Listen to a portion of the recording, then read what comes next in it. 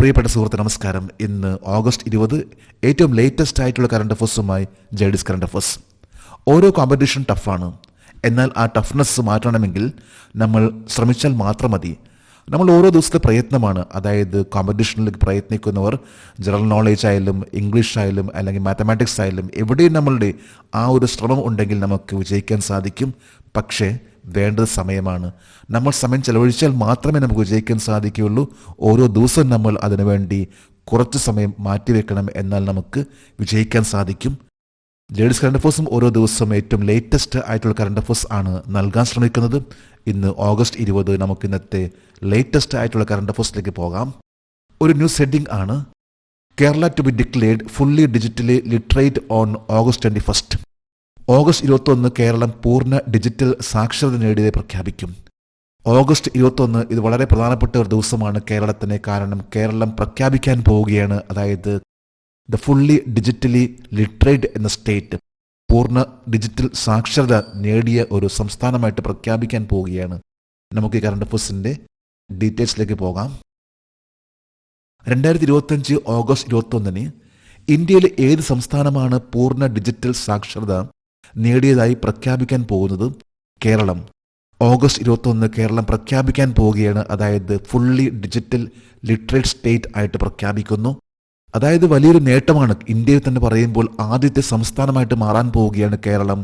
Fully digital literate ആയിട്ടുള്ള പൂർണ്ണ digital സാക്ഷരത നേടിയിട്ടുള്ള സംസ്ഥാനമായിട്ട് മാറാൻ പോവുകയാണ് കേരളം. ഇന്നും കേരളത്തിലെ മിക്കവാറും എല്ലാവർക്കും സ്മാർട്ട് ഫോൺ ഉപയോഗിക്കാൻ അറിയാം, അല്ലെങ്കിൽ ഡിജിറ്റൽ ആയിട്ടുള്ള കാര്യങ്ങൾ അവർക്ക് നോളജ് ഉണ്ട് എന്നതാണ് ഏറ്റവും വലിയ തെളിവ്. അതുമായി ബന്ധപ്പെട്ടാണ് കേരളം ഇപ്പോൾ 21 ഓഗസ്റ്റിനെ the fully digitally literate state ആയിട്ട് പ്രഖ്യാപിക്കാൻ പോകുന്നത്.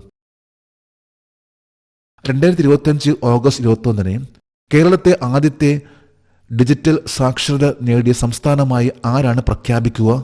മുഖ്യമന്ത്രി പിണറായി വിജയൻ. നാളെ ഓഗസ്റ്റ് 21 കേരള മുഖ്യമന്ത്രി പിണറായി വിജയൻ ആണ് പ്രഖ്യാപിക്കാൻ പോകുന്നത്. അതായത് കേരളം ഇന്ത്യയിലെ ആദ്യത്തെ സംസ്ഥാനമായിട്ട് മാറാൻ പോവുകയാണ്.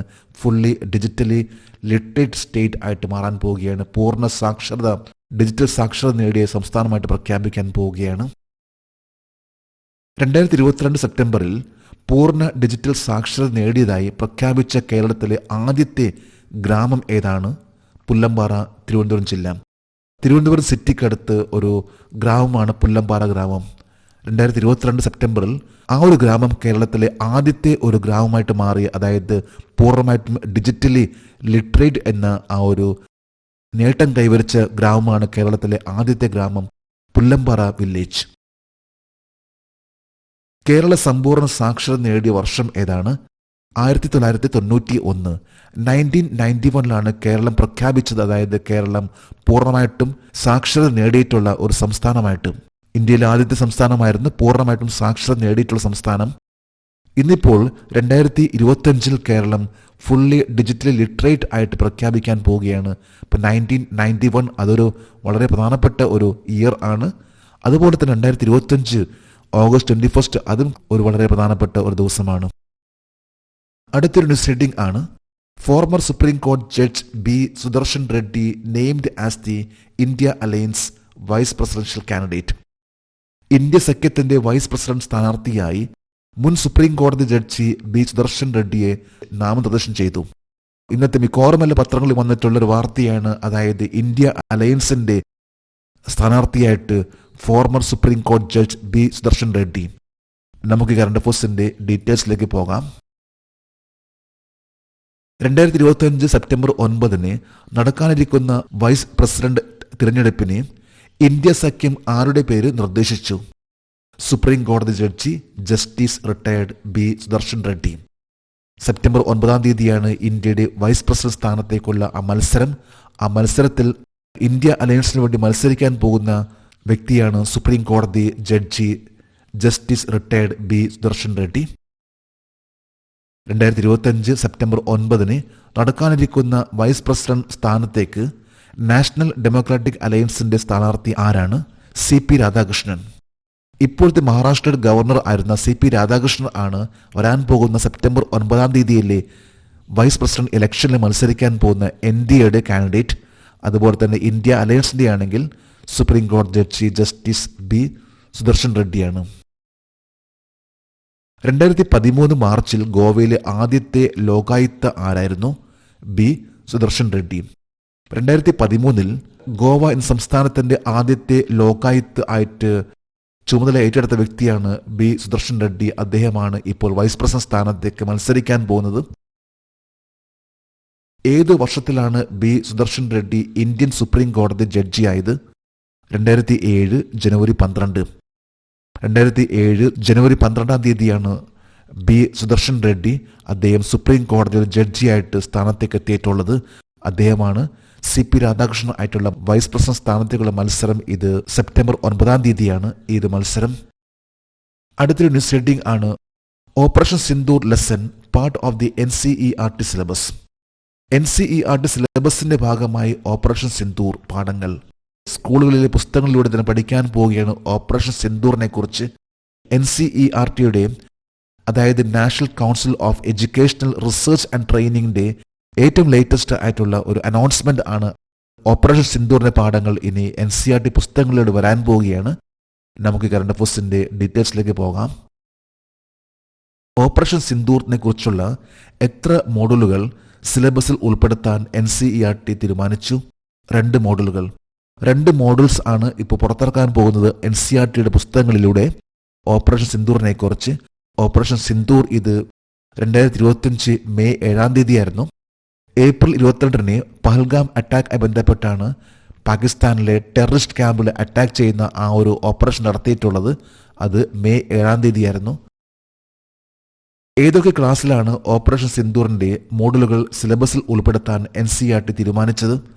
3 മുതൽ 8 വരെയുള്ള ക്ലാസ്സുകളും 9 മുതൽ 12 വരെയുള്ള ക്ലാസ്സുകളും. ഇപ്പോൾ 2 മോഡുൾസ് ആണ്. ഒന്ന് ക്ലാസ് 3 മുതൽ ക്ലാസ് 8 വരെയുള്ള ക്ലാസ്സുകളിലും അതുപോലെ ക്ലാസ് 9 മുതൽ ക്ലാസ് 12 വരെയുള്ള ക്ലാസ്സുകളിലുമാണ് ഉൾപ്പെടുത്താൻ തീരുമാനിച്ചിട്ടുള്ളത്.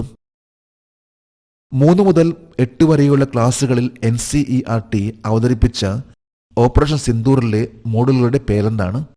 ഓപ്പറേഷൻ സിന്ദൂർ വീര്യത്തിന്റെ ഒരു കഥ, operation Sindoor a saga of valour. ഇതാണ് ക്ലാസ് 3 ടു ക്ലാസ് 8 ആ ഒരു ക്ലാസ്സുകളിൽ ഓപ്പറേഷൻ സിന്ദൂറിനെ കുറിച്ച് പഠിക്കാൻ പോകുന്നത്. NCERTയുടെ ഏറ്റവും ലേറ്റസ്റ്റ് ആയിട്ടുള്ള ഒരു തീരുമാനമാണിത്. Operation Sindoor a saga of valour എന്നതാണ് ക്ലാസ് 3 ടു ക്ലാസ് 8 വരാൻ പോകുന്ന ആ ഒരു മോഡുൾ. 9 മുതൽ 12 വരെയുള്ള ക്ലാസ്സുകളിൽ NCERT അവതരിപ്പിച്ച ഓപ്പറേഷൻ സിന്ദൂറിലെ മോഡുകളുടെ പേരെന്താണ്? Operation Sindoor a mission of honour and bravery. Operation Sindoor ബഹുമാനത്തിന്റെയും ധീരതയുടെയും ഒരു ദൗത്യം. ഈ 2 മോഡൽസ് ആണ് വരാൻ പോകുന്ന NCERTയുടെ ഏറ്റവും ലേറ്റസ്റ്റ് ആയിട്ടുള്ള മാറ്റങ്ങൾ. സ്പോർട്സ് ആയി ബന്ധപ്പെട്ട ഒരു കറണ്ട് അഫയേഴ്സ് ആണ്. Carlos Alcaraz wins maiden Cincinnati open title. Carlos Alcaraz maiden Cincinnati open കിരീടം നേടി. ടെന്നീസ് ആയി ബന്ധപ്പെട്ട ഒരു കോമ്പറ്റീഷൻ ആണ്, ഇന്റർനാഷണൽ കോമ്പറ്റീഷൻ ആണ് സിൻസിനാറ്റി ഓപ്പൺ. ഇത് 1899 സിൻസിനാറ്റി ഓപ്പൺ ആരംഭിച്ചത്. നമുക്ക് കറണ്ട് അഫയേഴ്സിന്റെ ഡീറ്റെയിൽസിലേക്ക് പോകാം. 2025 ആദ്യത്തെ സിൻസിനാറ്റി ഓപ്പൺ കിരീടം നേടിയത് ആരാണ്? Carlos Alcaraz. ഇപ്പോൾ കാർലോസ് അൽക്കറാസ് ആണ് സിൻസിനാറ്റി ഓപ്പൺ കിരീടം കരസ്ഥമാക്കിയിട്ടുള്ളത്. സ്പാനിഷ് താരമായിട്ടുള്ള കാർലോസ് അൽക്കറാസ് സ്പാനിഷ് താരമാണ്. ഇന്ന് വേൾഡ് റാങ്കിങ്ങിൽ ഏറ്റവും ടോപ്പിൽ നിൽക്കുന്ന വ്യക്തികളിൽ ഒരാളാണ് കാർലോസ് അൽക്കറാസ്. സിൻസിനാറ്റി ഓപ്പൺ കിരീടത്തിൽ സ്പാനിഷ് ടെന്നീസ് താരം കാർലോസ് അൽക്കറാസിനെതിരെ ഫൈനലിൽ വെറും 23 മിനിറ്റ് മുമ്പ് വിരമിക്കാൻ നിർബന്ധനായത് ആരാണ്? Jannik Sinner. Italian professional tennis താരമായിട്ടുള്ള ജാനിക് സിന്നർ കളി ആരംഭിക്കുന്നതിന് തൊട്ട് മുമ്പായിട്ട്, അതായത് 23 മിനിറ്റ് മുമ്പ് പ്രഖ്യാപിച്ചു അദ്ദേഹം ഈ കളിയിൽ നിന്ന് വിഡ്രോ ചെയ്ത കാര്യം. ആരോഗ്യപരമായിട്ടുള്ള കാരണങ്ങളാണ് അദ്ദേഹം എടുത്തു കാണിച്ചതും ആ ഒരു മത്സരത്തിൽ നിന്ന് അദ്ദേഹം പിൻവാങ്ങിയിട്ടുള്ളതും. അതനുസരിച്ചാണ് പിന്നെ കാർലോസ് അൽക്കറാസിനെ സിൻസിനാറ്റി ഓപ്പണിലെ വിജയിയായിട്ട് പ്രഖ്യാപിച്ചത്. സിൻസിനാറ്റി ഓപ്പൺ കിരീടം സംഘടിപ്പിച്ചത് ആരാണ്? United States tennis association. 1899 ആരംഭിച്ച ടെന്നീസ് ടൂർണമെന്റ് ആണ് സിൻസിനാറ്റി ഓപ്പൺ. ഇത് യുണൈറ്റഡ് സ്റ്റേറ്റ്സിലെ വളരെ ഫേമസ് ആയിട്ടുള്ള ഒരു മത്സരമാണ്. ഏതാണ്ട് 40 രാജ്യങ്ങളിൽ നിന്നുള്ള കാണികളായിട്ട് വരുന്ന ഒരു മത്സരമാണ് സിൻസിനാറ്റി ഓപ്പൺ. അടുത്തൊരു news heading, Nepal announces partnership with TikTok. ടിക്ടോക്കുമായുള്ള പങ്കാളിത്തം നേപ്പാൾ പ്രഖ്യാപിച്ചു. ഇതും ഒരു ലേറ്റസ്റ്റ് ആയിട്ട് വാർത്തയാണ്. അതായത് ടൂറിസവുമായി ബന്ധപ്പെട്ട് നേപ്പാളിലെ ഏറ്റവും ലേറ്റസ്റ്റ് ആയിട്ട് വാർത്ത. നമുക്ക് കറണ്ട് അഫയേഴ്സിന്റെ ഡീറ്റെയിൽസിലേക്ക് പോകാം. 2025 ഓഗസ്റ്റ് 19 നേപ്പാൾ ഏത് സോഷ്യൽ മീഡിയ ഭീമനുമായി പങ്കാളിത്തം പ്രഖ്യാപിച്ചു?